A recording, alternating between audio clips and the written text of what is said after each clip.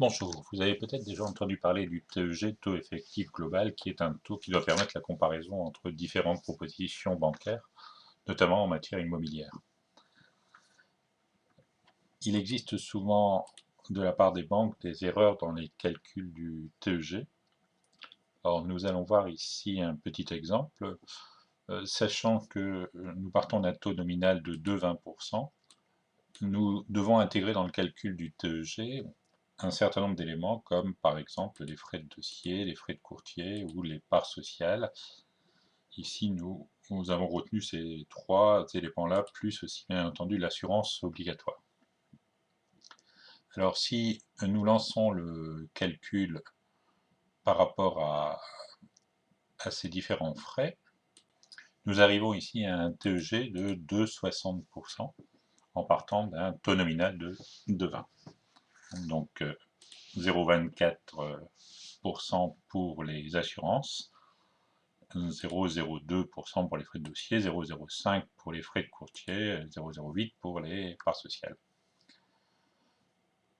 En imaginant ici que l'assurance obligatoire ait été oubliée par la banque, donc les 0,2441, la banque annonce à ce moment-là un taux de 2,36. Alors, il faut savoir que toute erreur dans le calcul du TEG peut être contestée devant les tribunaux et amener éventuellement, selon la décision du juge, à la déchéance des intérêts et à la substitution du taux légal, généralement très bas, substitution donc de ce taux légal aux intérêts initialement prévus par la banque. Alors voyons ici si la banque avait oublié simplement les frais de dossier. À ce moment-là, nous avons un oubli de 0,0261, on est à 2,58 au lieu de 2,60. Donc si j'ajoute l'oubli des frais de courtier, on tombe à 2,52. Si j'ajoute l'oubli des parts sociales, on tombe à 2,44.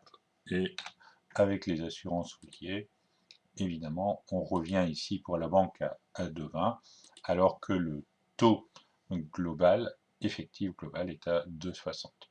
Bien entendu, la banque nous dira quasiment jamais la totalité des éléments, donc si elle n'oublie rien, évidemment, elle a le bon calcul, mais il arrive assez fréquemment, et ceci de manière assez curieuse, qu'elle oublie de prendre en considération un élément ou que d'autorité, elle décide de ne pas intégrer, donc par exemple l'assurance obligatoire et qu'elle l'écrive alors même que cela est totalement contraire à la loi.